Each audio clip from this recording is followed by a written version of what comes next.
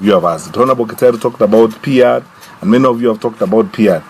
I would also like to request our brothers and sisters, our colleagues, our fellow citizens who are in the press, to also be sometimes mindful. There are times we feel that we are given less attention and the things we say are given less attention.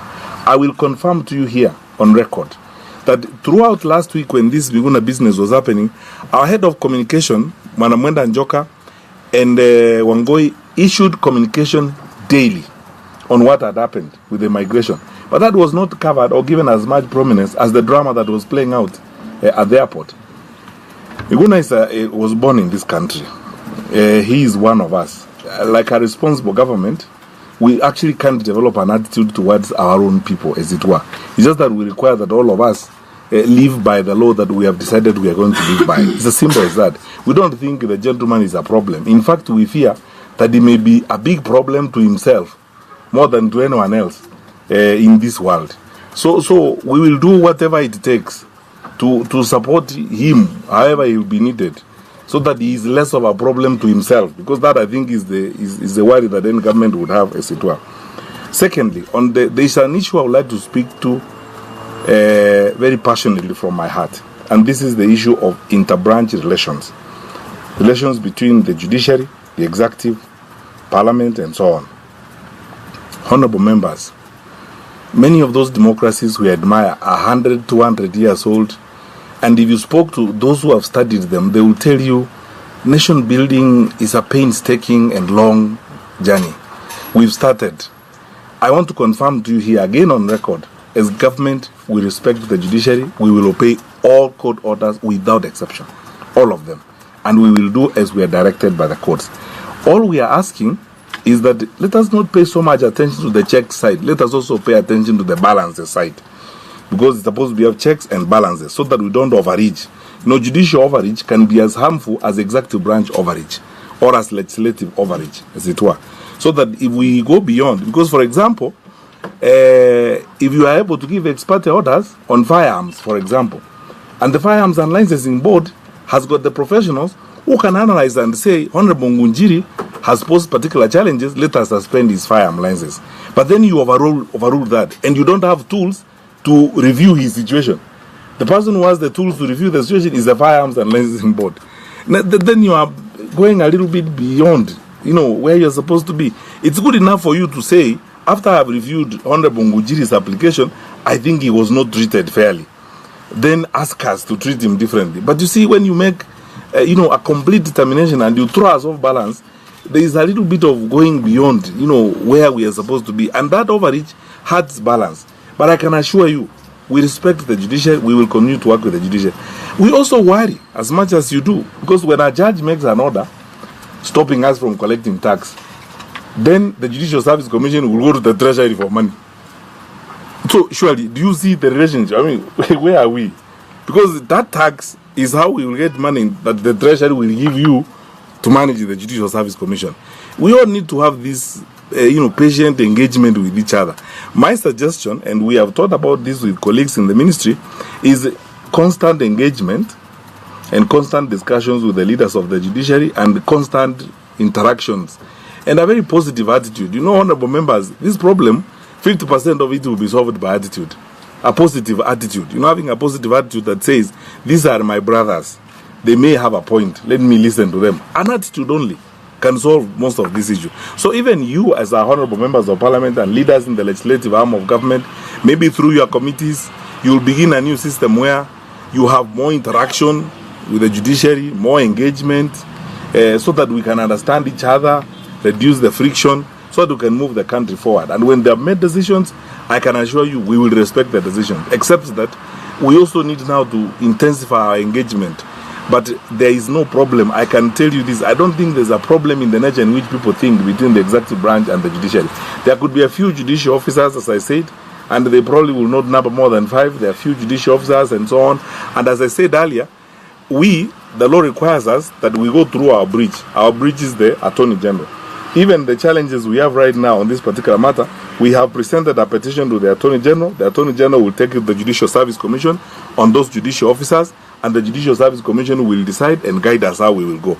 The ones we have with the Law Society of Kenya, we have again presented to the Attorney General. The Attorney General will write to the Law Society of Kenya.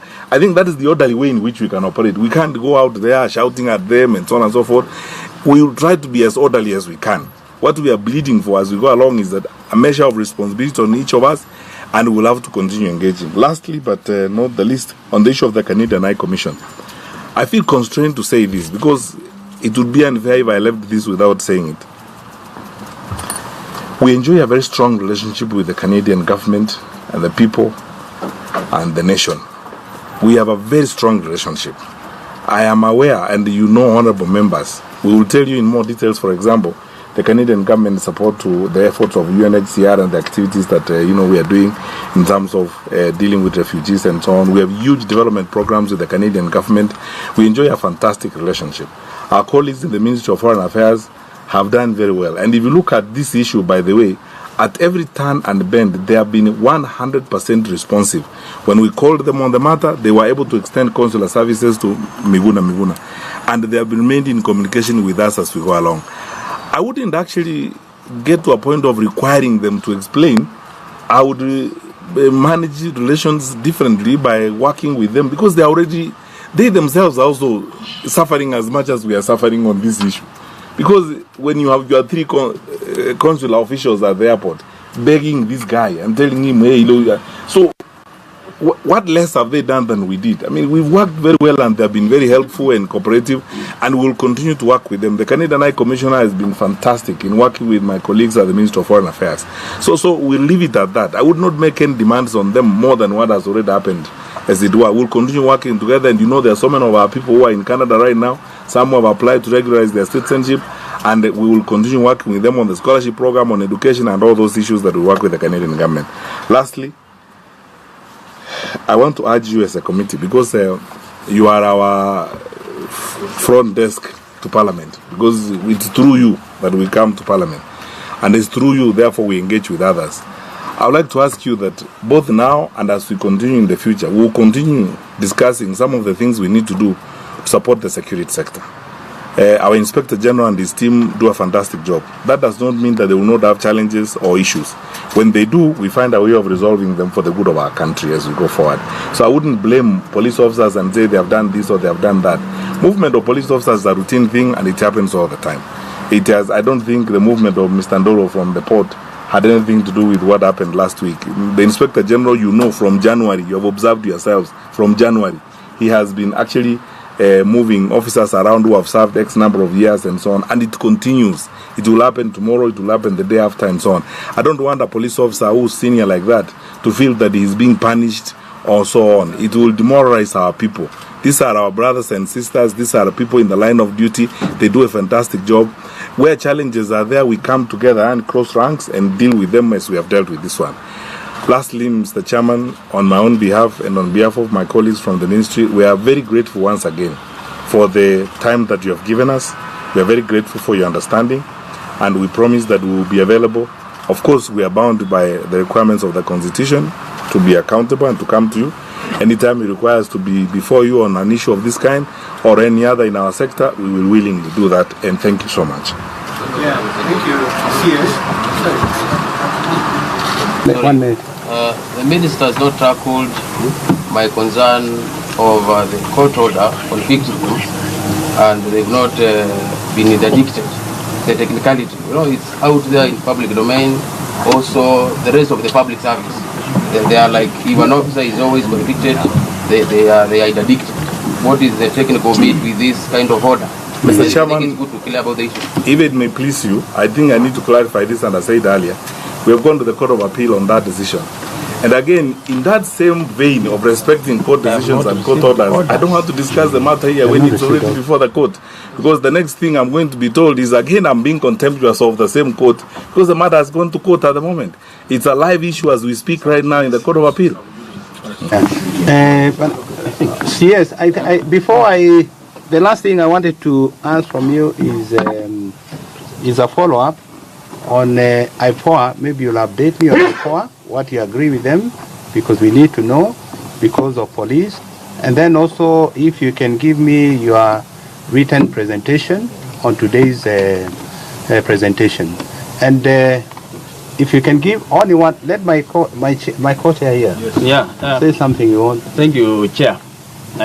First, I want to thank the CS and his team for coming, and also the members, all members of Parliament who are here. To me, Mr. Chair, what I can comment on this is that the CS, myself having been in security, what the CS did, what the IG did, what the PS immigration did was a correct thing. I can say that. Because in this country, we are just talking about one person out of 45 million Kenyans. And this is a rogue politician who has his own interest. He came knowing what he had come to do in this country. So I recommend, or I commend, that what they did, like, let's be open about complaint about the soldiers at the airport, that the IG gave, that the IG should talk to them, is to give orders as the IG of this country. He cannot follow any askari there that, oh, don't feed this. And with what has been happening in this country, I think Kenyans, as members of Parliament, you know that is the only way that should be done. We cannot blame them. We cannot blame the minister. He has not even received the orders. And I want to tell the media, you are citizens of this country. Please support this country. This is the only country we have. We don't have any spare. I want to tell members of Parliament, my colleagues, that this is our country. Let us give it first priority. As a committee of security, we need to support this ministry. We need to support this government, because this is #1 committee in the country. Even if you are in opposition, support your country. I think that is all I can say. That members, we need to engage, we need to support